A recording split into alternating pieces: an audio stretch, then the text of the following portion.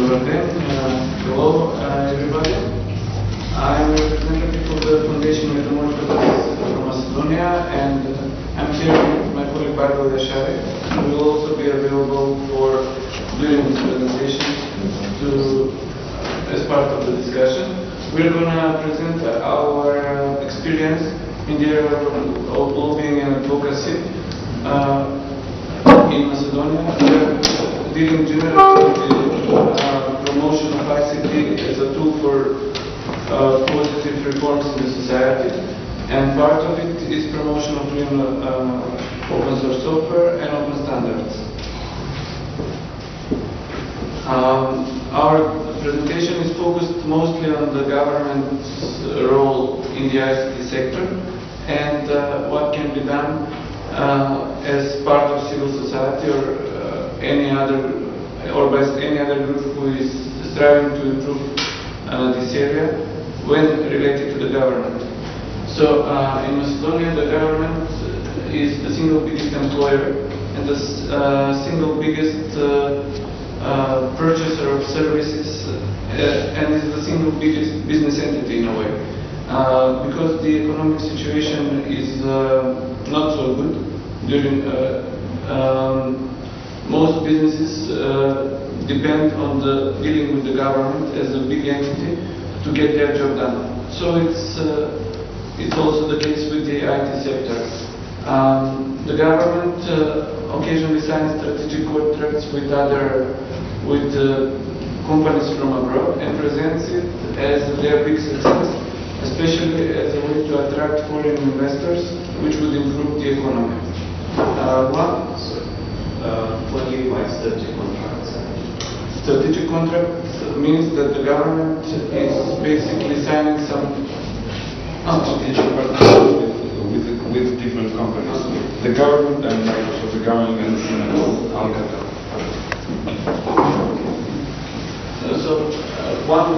I will explain on one particular case. It's the government strategic partnership agreement with Microsoft Corporation, and it was signed in 2003, and it basically meant that Microsoft will open a branch office, which meant that they're entering the country, so more companies will come. Not very many companies came afterwards, but never mind, it was shown as a positive sign.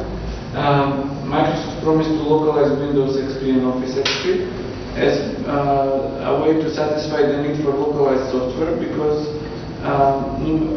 research done in this area, including the research done by Foundation Metamorphosis, which you can take some of the materials here, showed that the population does not really, there is not a high percentage of the population which knows the English language well enough to use the ICT technologies, and they require software in local languages, such as Macedonian, Albanian, and others.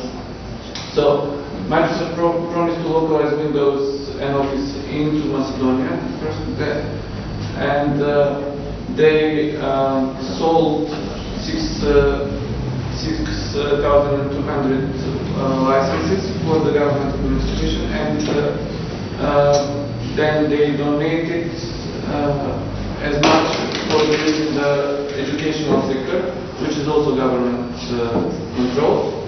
And they also promised to do training, knowledge transfer, and a legalization campaign. The government said that they have to do this partnership and to accept Microsoft terms because they already use Microsoft's pirated software. So there is no way to escape the obligation to legalize it in a way. Unfortunately, the government never came up during the strategic partnership signing process. It never came up with transparent data about how much of its software is legalized or not, how much is the equipped base of its ICT capacities, and so on. And we tried to raise public awareness about this alongside with some other entities which I will talk later. But it was soon not big aware, except that they, as part of our advocacy, they released the contract in public. They allowed us to publish it, except for the parts which are appendices, which define the money terms. So it was not very transparent. You can get the contract from the governmental office for ICT if you want half of it. Then what we have is that on the local government level we have very low capacities, and even though most government bodies use ICT and computers, one of the biggest problems in general ICT use in Macedonia is not the lack of infrastructure per se, but the low level of knowledge and also low level of content, meaning both software and content as things that information in various forms. This is only local measurements? Yes, this was the measurement of the municipalities in 2004. In 2005, we had the decentralization law enacted and passed, which made slight changes in the structure of the municipalities. They were more, now they are less, 85, and which transferred a lot of competencies to the municipal level. So, as I will say a little bit later, I will show a little bit later, the municipalities have a lot of power now, as opposed to before. But still, they roughly have the same body of people retained. So this is rather accurate even now, that the knowledge is rather low. Municipalities need capacity building. And this is a little bit newer, and it's on the level of the whole public administration about use of computer platforms by the State Statistical Office. And as you can see, the most dominant platform is Microsoft platforms, but also there is some use of open source and related products, which is also similar in the business sector and elsewhere, and they are mostly used by administrators for servers and not as client machines. Our research shows that most of the regular users, when they use computers, they use Windows-based computers in all sectors of society. In general, we can say that in regard to government authorities, there is a low awareness of creating open source software and open standards. In the cases when it's used mainly due to personal initiatives of the staff, like the system administrators. And there is one more thing. Although Macedonia received a donation from China of computer classrooms for all schools, and the US aid made a project of connecting them all to the internet. All these computers have dual boot systems, Windows and Linux Ubuntu, but they are mostly using Windows. We have not heard so far of putting the Linux in some sort of use in this whole network of schools, because most of the teachers are also trained in Microsoft technology, and it's prevalent in the educational system from the primary school till the university level. How much computers do you say that? There were like 5,000 to 7,000 computers. And they are already Yes, they are all installed. installed. Yes, in all primary and secondary schools. They have one classroom per school. They never mentioned that there is Ubuntu installed on those computers, but they do mention that Microsoft donated licensed Microsoft Windows operating system for them. And who did the installations? Some USA, they hired some local company, which also hired some people. Yes. which also has some members of free and open source software community working for them. But the awareness about that aspect was not really prominent. And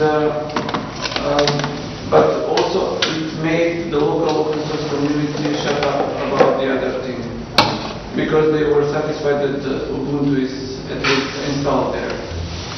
So it's even though it is actually widespread in a way, it's not used, so it's not widespread. Then, as part of our collective effort on a state level, meaning not only government level, but also including all other sectors of society, and as part of both process of Euro-Atlantic integration, meaning accession to EU and adhering to NATO standards and stuff like that, a partnership, part of the partnership for peace process, and other processes which are aimed at democracies in transition, but also as a way of building a roadmap for development in all areas of society. Macedonia adopted a national strategy for information society development, and it was adopted by both the government, the parliament, and supported by the president, which are three branches of government which are most crucial in all these processes. And it was adopted as official state policy document in September last year. It lays down a comprehensive roadmap of development till 2007. You have several strategies here that you can take, but also you can download it from our website or the website of the government office. And it consists of three separate documents: policy, a strategy, and an action plan. The policy lays down the general principles, the strategy lays down the current situation, and the action plan contains concrete projects aimed at which are needed for Macedonia to reach a high level of development. Some of them are implemented, some of them are stated as needed and are expecting a donor response or government response to fund them.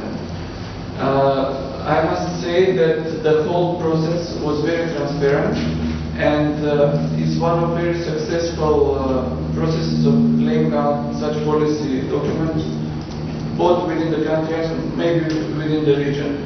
A task force was assembled consisting of government representatives of various ministries and state bodies, business association representatives, academics from various universities, and from the civil society. Foundation Metamorphosis was very actively involved as part of the civil society within the whole process, and we also worked on mobilizing other NGOs and civil society actors, including their input within the whole process.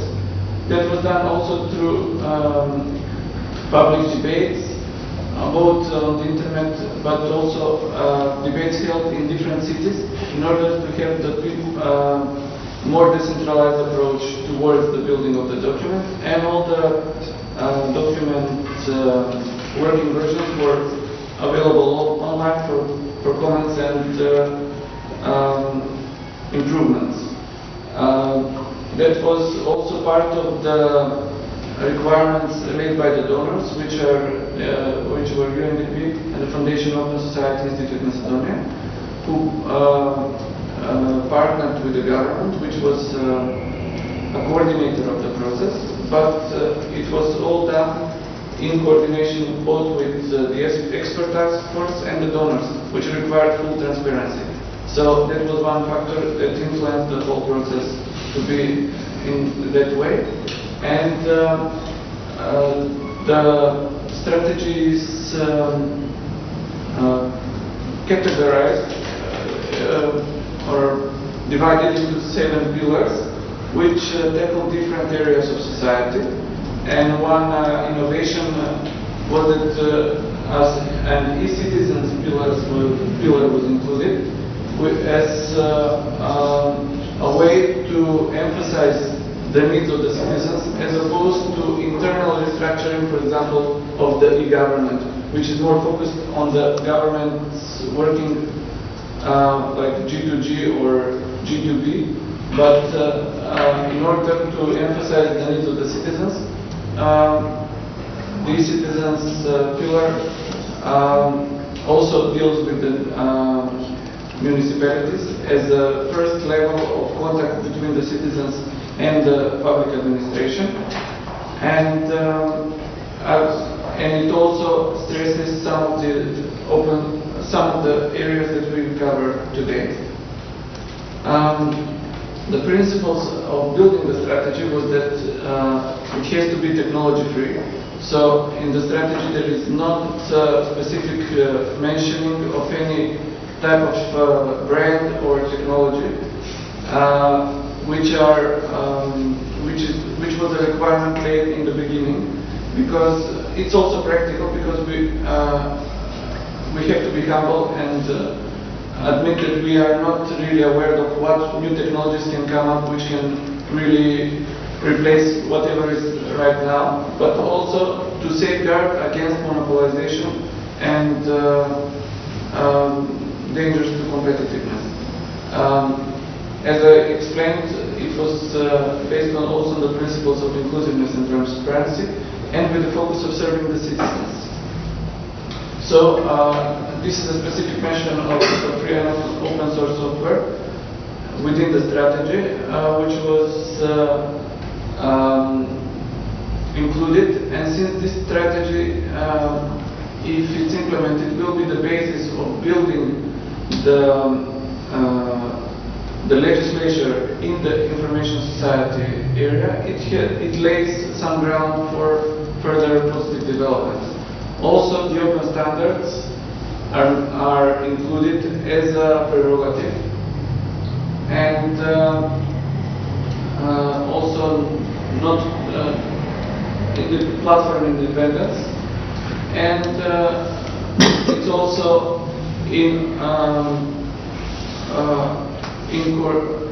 according to EU standards and OASI standards, which are mentioned in the strategy as a basis for development.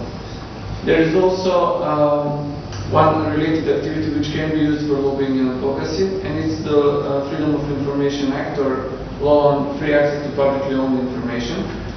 And it defines the standards of communication with the government by anybody who requires some information from them which is not classified. And within this law, the various civil society actors attempted to include the principle of open standards. Apart from this, there was a big delay in adopting the law by the government, and the civil society, especially those who deal with civil rights and promotion of democracy, started a campaign which led to adoption of this law a few months ago. It will be enacted in September. Considering the practice, there has been concerns since the adoption of the government strategic contract with Microsoft that there will be some sort of hampering of use of open standards. And even before the contract was signed, there were public warnings by various actors, both in the media and the civil society.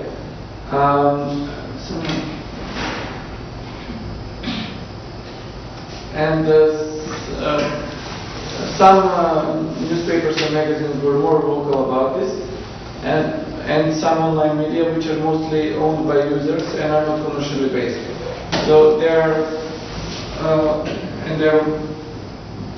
frequented by free and open source enthusiasts.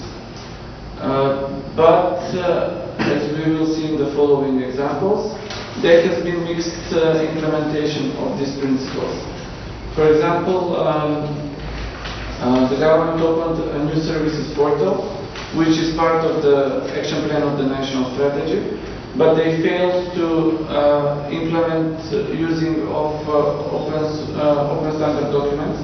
All the documents on the portal are in proprietary formats. Then the pension fund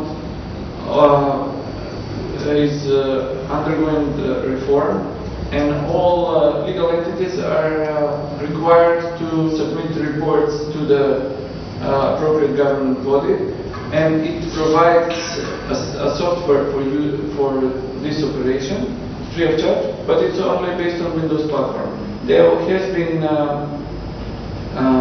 outcry from civil society organizations which deal with ICT and open source software, but there has been no response so far. Media focused mostly on the delay in development of the software and laying of the infrastructure, and were not really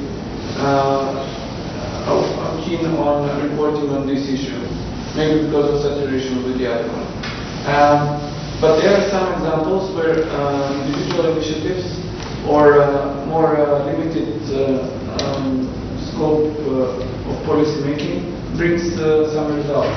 For example, if you go to the website of the Ministry of Finance, because their staff uses this type of software, you can also see banners advertising the OpenOffice and Firefox, and also they use server software and web-oriented software.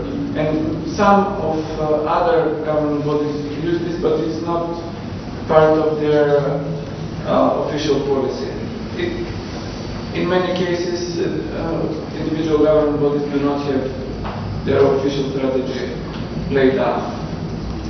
And in this case, the municipality of Belarus, which is probably most advanced municipality in the country in regard to ICT development, with many successful projects done in cooperation both with UNDP, with Open Society Foundation, and also Metamorphosis and other actors. They actually, their mayor was part of the task force for laying down the national strategy, and because of his initiative,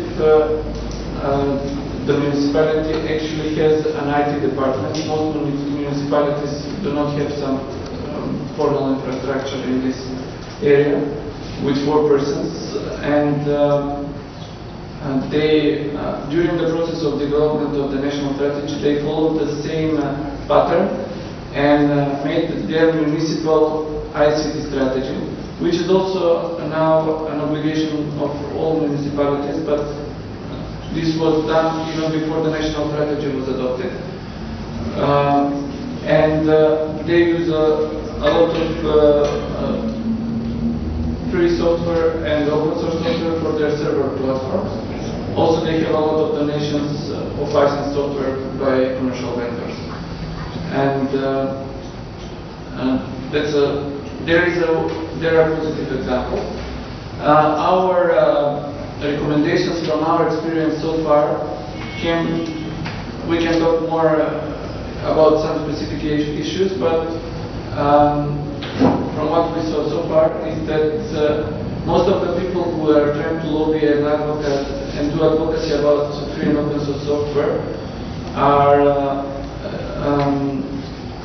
coming from a viewpoint of an expert.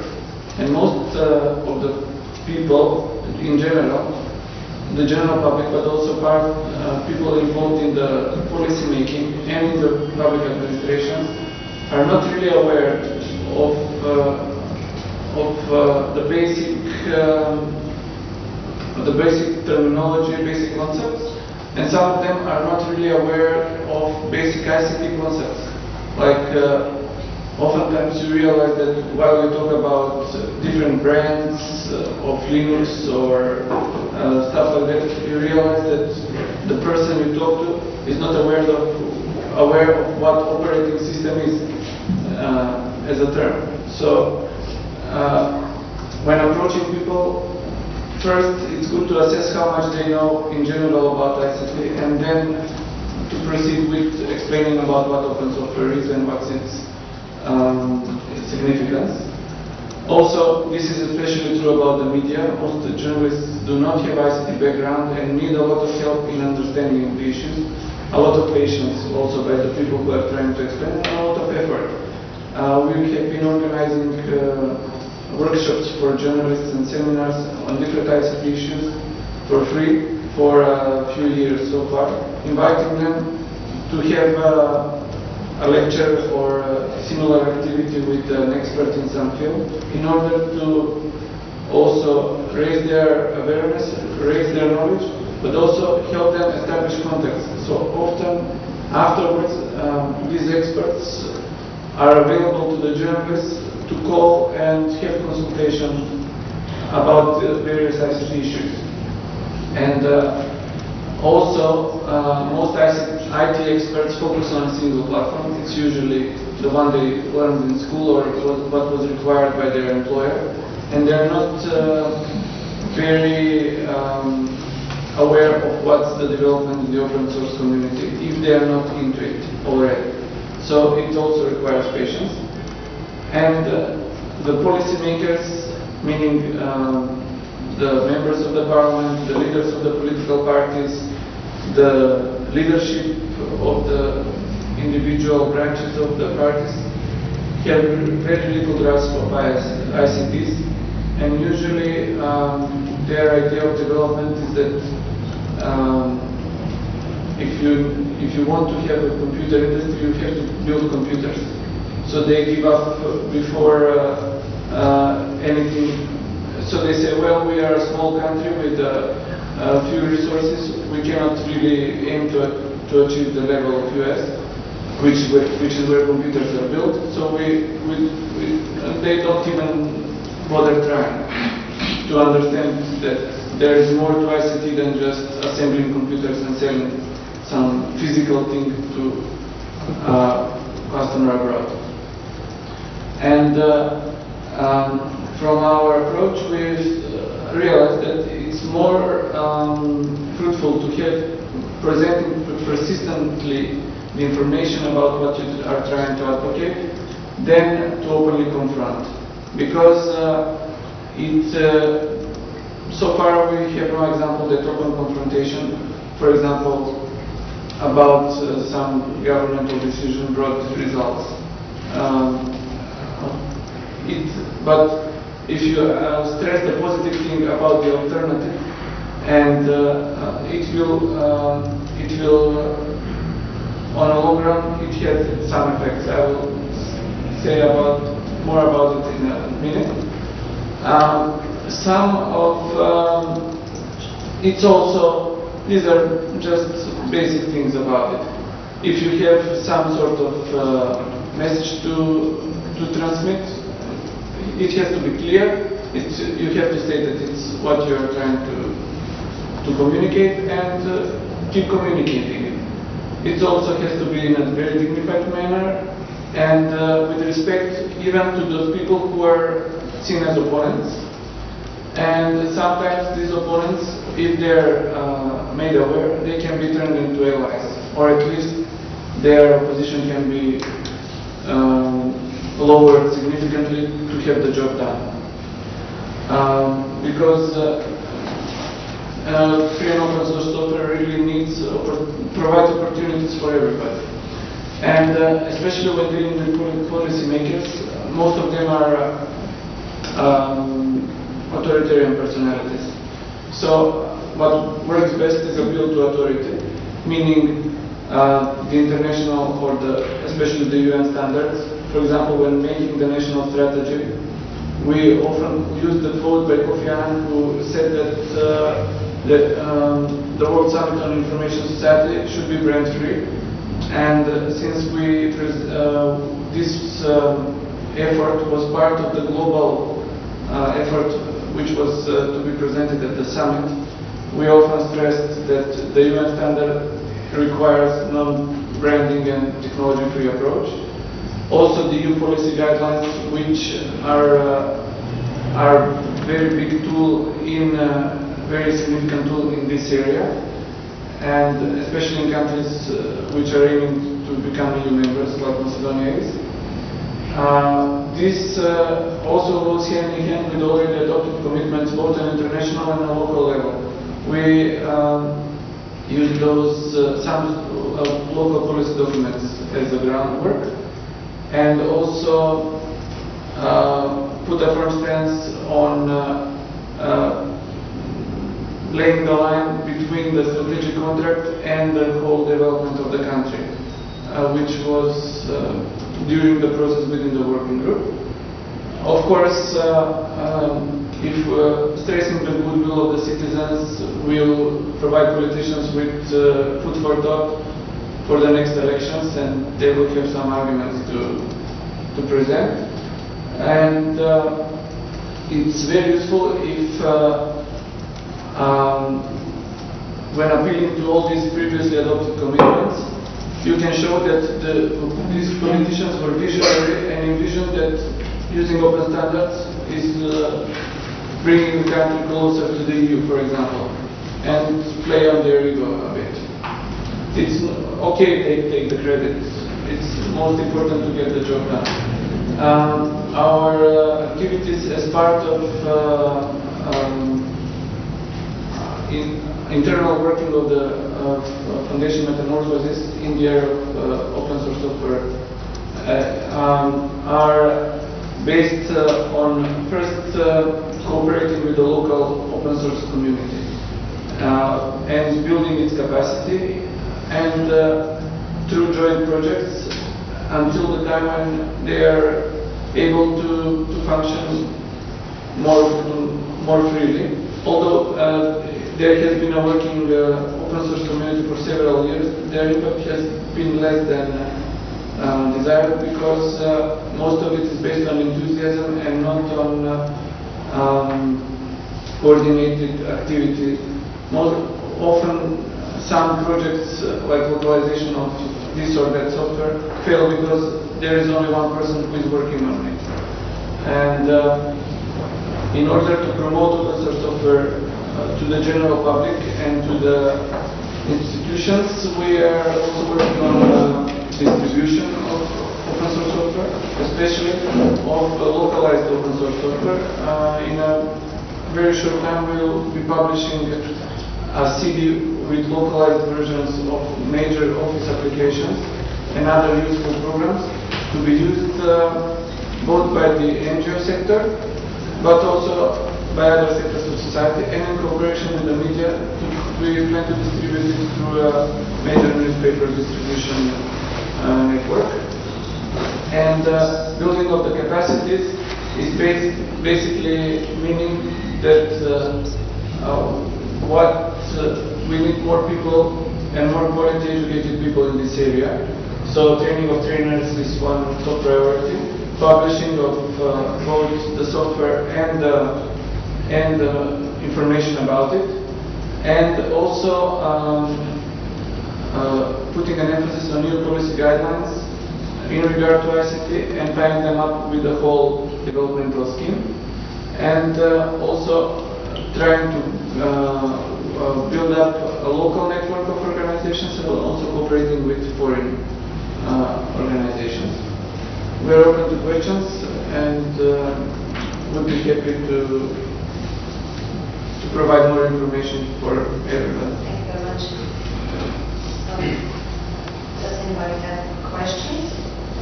I think the presentation is really extensive and covers lots of topics. Do you have the documentation? Pardon? Do you have the documentation of what happened so far? What have you talked so far? A kind of report or case analysis on Macedony, what you have been talking about? A specific report on open source software? Yeah, I guess what, as you mentioned, it's really it really covers all the aspects that is going over in Macedony. It would be nice if you have a documentation and report on the situation. I was asking about that. It's no problem. We are one of the projects that we are planning to wrap up in the next several months is the history of internet in Macedonia. As part of it, there will be a report on open source software developments, but at this moment we don't have a specific document dealing with the whole chronology. It's a good suggestion. We might put that as soon as possible online to be of use to anybody who is interested. But you can download our surveys which are available online related to the general ICT situation in Macedonia, where you can see all the different aspects and level of development. Not only regarding open source software, but all aspects of ICT development in Macedonia. And as Philip said, the national strategy is also available online, but you have it here in English if you want to see it and take it. On our website, you also, if you're a researcher, you can find, as Bardil mentioned, there is also a specific research about the NGO sector, which was one of our main targets for capacity building. And we're also dealing with, we have another program which we did not mention. It's sending e-riders to NGOs, and they are also promoting open source software within the NGOs. I apologize, I forgot to mention our approach to promotion of open software is because we established through our research that most of the operating system based is Windows based. We are promoting free and open source software through hybrid solutions. So we are supplying Windows based open source Office software, and because that's, if we start with let's say with Ubuntu, these people who barely know how to use Windows and Word will be really put off by needing to learn a whole new system. And there is a big level of technophobia especially with the older generation, and most of the public administration, most of the employed people are older. So that's our approach. You can also find information about the e-riders project on our website, but if you have any specific questions, we can supply any type of chronology on the fly, and then post it on the website for the general users. Other questions, comments, or our experience is very similar with the Croatian experience, but especially with the strategic partnership thing, and we would be happy with our strategic partnership contracts with Microsoft ends in 2007, and afterwards there will probably be some window of opportunity for promotion of other alternatives, also as a way of how can I say, when we raised a little bit of when the strategic partnership contract was being signed, the government said that this contract does not mean that, and they were also under scrutiny of the Anti-Corruption Commission and the Demonopolization Commission. They said that this doesn't mean, they specifically stated that this contract does not mean that Microsoft has a monopoly, that other technologies can be used within the government administration and so on, but their main goal is to legalize what they already use.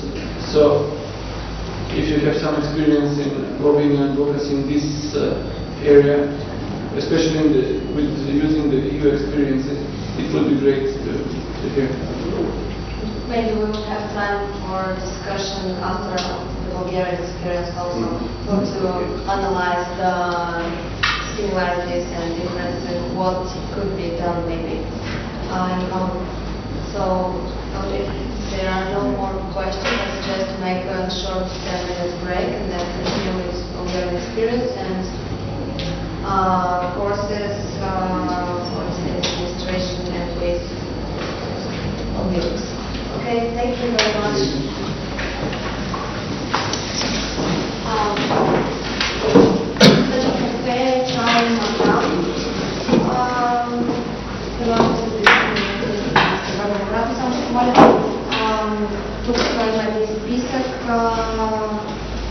пишете с него имейл за обратна